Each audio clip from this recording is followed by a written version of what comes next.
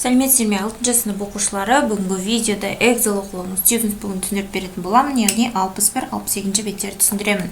Видеоны көріп бастамас бұрын каналға тіркеліп аламыз.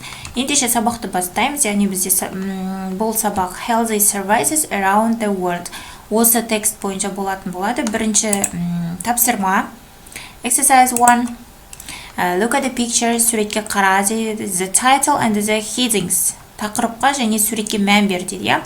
What do you think the texts are about? Текст не туралы деп ойлайсың дейді. Listen, read and check. Тыңда, оқы және жауабыңды тексер дейді. Енді текст не туралы деген сұраққа жауап береміз. The texts are about the Royal Flying Doctor Service of Australia and the Healthy Health Trains of Kazakhstan.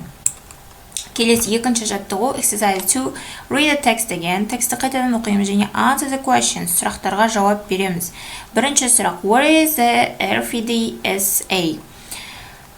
Is in Australia. Яғни 4 сұрақтың жауабын жазып ала саламыз оқушылар. Келесі үшінші тапсырма, exercise 3, how have the two health services changed the lives of the people in the two countries?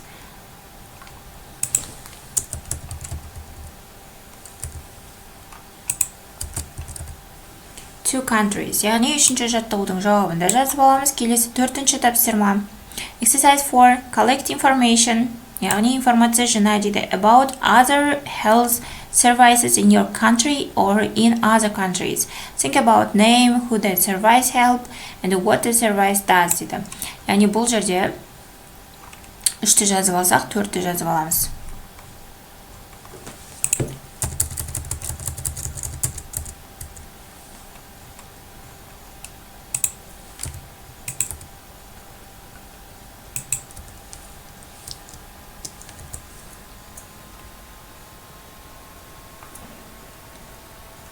Төртінші тапсырманың басы, мынау оның жалғасы.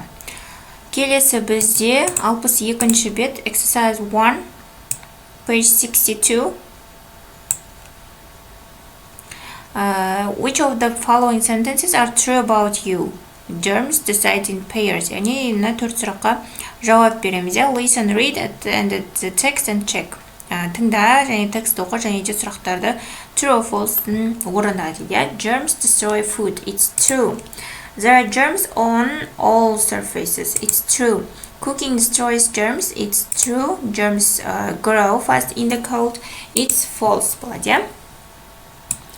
Келесі екінші тапсырма, exercise 2, use the words below and the must or mustn't to write completed sentences. Яғни мына жерде бізде сөйлем қарау керек, must және mustn'тты қолдана отырып, я. Екінші сөйлем, бірінші сөйлем өз берілген, екінші сөйлем, you must eat a lot of fruit and vegetables. Сен көп жемістер және көкөністер жеуің керек дейді. You mustn't go swimming after a meal. Тамақтанғаннан кейін жүзуге баруға болмайды дейді, я. You must drink a lot of water in the summer. Жаздың күні көп су ішуің керек дейді. You mustn't put lots of salt in the soup.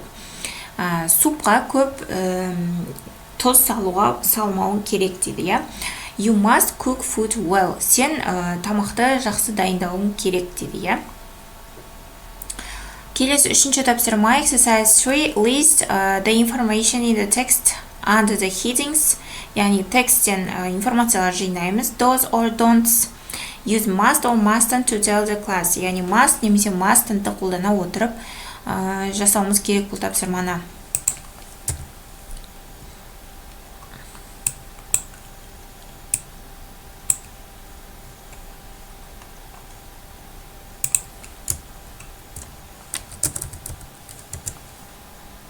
Сендерге барлығы бірден көріну үшін осылай ыңғайластырып жатырмын, я.